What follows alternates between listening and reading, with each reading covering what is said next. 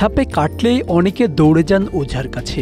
ঝাড়ফুঁক, মন্ত্র, গাছের মূল কত কিছুই না করা হয়। কিন্তু জানেন কি, বেশিরভাগ ক্ষেত্রে যেসব সাফল্য দেখা যায় সেটা আসলে সাপের ডাইবাইটের কারণে, অর্থাৎ সাপ বিষ দেয়নি বলেই রোগী বেঁচে যায়, ওঝার মন্ত্রের জাদুতে নয়। বাংলাদেশে প্রায় ১০০ প্রজাতির সাপ রয়েছে, যার মধ্যে ৩০ প্রজাতির সাপ বিষধর বা বিপজ্জনক হয়। বাকিরা সম্পূর্ণ নিরীহ বা সামান্য বিষযুক্ত হয়, যা মানুষের জন্য হুমকি নয়। দেশের মারাত্মক বিষধর সাপের মধ্যে কিং কোবরা, মনোকেল কোবরা, ক্রেইট বা কালাস, চন্দ্রবোড়া বা রাসেলস পাইপার, সবুজ বোড়া সাপ উল্লেখযোগ্য। প্রতি বছর বাংলাদেশে সাপের কামড়ের সংখ্যা ৫ থেকে ৬ লক্ষ। এর মধ্যে আনুমানিক ৬,০০০ জন মৃত্যুবরণ করেন, যার একটি বড় অংশই সময়মতো আধুনিক চিকিৎসা না পাওয়ার কারণেই ঘটে। বাংলাদেশে সাপের কামড়ের পর ৮৬% মানুষ প্রথমেই ওঝার কাছে যান, মাত্র ৩% সরকারি হাসপাতালে যান, পরে চিকিৎসা নেন ৬ থেকে ৭%, আর প্রায় ৫% কোনো চিকিৎসাই নেন না, সাধারণত অজ্ঞতা বা ভয়জনিত কারণে। সব বিষধর সাপের কামড়েই যে শরীরে বিষ প্রবেশ করে এমন নয়। মূলত বিষধর সাপের মাথার দুই পাশে অবস্থিত ভেনম গ্ল্যান্ড বা বিষথলি থেকে বিষ নির্গত হয়। তবে প্রতিটি কামড়ে সাপ এই গ্ল্যান্ড সক্রিয় করে না, বিশেষ করে আত্মরক্ষার জন্য বা সতর্কতা দেখাতে তাড়াহুড়ো করে কামড় দেয়, কিন্তু বিষ ছাড়ে না। ফলে কামড়ের চিহ্ন থাকলেও বিষক্রিয়া দেখা যায় না।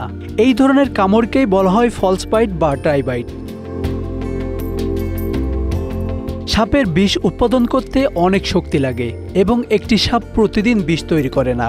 তাই সাপ যখন মনে করে যে বিপদটি প্রাণঘাতী নয়, তখন সে বিষ না ছড়িয়ে শুধু কামড় দিয়ে সতর্ক করে দেয়।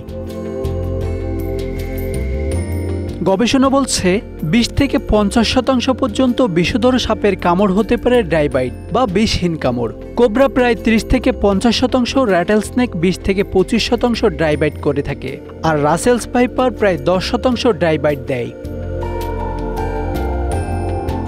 ফলস বাইটের ক্ষেত্রে সাধারণত কামড়ের জায়গায় হালকা ফোলাভাব বা লালচে ভাব দেখা যায়, তবে বিষক্রিয়ার মারাত্মক কোনো উপসর্গ দেখা দেয় না। যদিও এটি প্রাণঘাতী নয়, তবুও চিকিৎসকের পর্যবেক্ষণে থাকা নিরাপদ, কারণ অনেক সময় রোগী বুঝতে পারে না এটা ড্রাই বাইট নাকি সত্যিকারের বিষযুক্ত কামড়। বাংলাদেশে সাপের কামড়ের একমাত্র বৈজ্ঞানিক চিকিৎসা হলো অ্যান্টিভেনম। সরকারিভাবে এই চিকিৎসা সব সরকারি হাসপাতালে বিনামূল্যে সরবরাহ করা হয়। অনেকে সাপের কামড়ে প্রথমেই ওঝার শরণাপন্ন হন, যা সম্পূর্ণ ভুল ও বিপজ্জনক। সময়মতো হাসপাতালে গেলে ৯০% ক্ষেত্রে রোগী সম্পূর্ণ সুস্থ হয়ে ওঠে। অ্যান্টিভেনম ছাড়া অন্য কোনো চিকিৎসা সাপের বিষের কার্যকারিতা কমাতে পারে না। সাপে কাটার পর ঝাড়ফুঁক, তাবিজ কবজ বা স্থানীয় চিকিৎসায় সময় নষ্ট করলে রোগীর জীবন ঝুঁকিতে পড়তে পারে। তাই সাপে কাটা মাত্রই হাসপাতালে গিয়ে প্রশিক্ষণপ্রাপ্ত চিকিৎসকের পরামর্শ নেওয়াই সর্বোত্তম ও নিরাপদ পদক্ষেপ। Ashanur Rahman Mithu, Bangla affairs, news desk.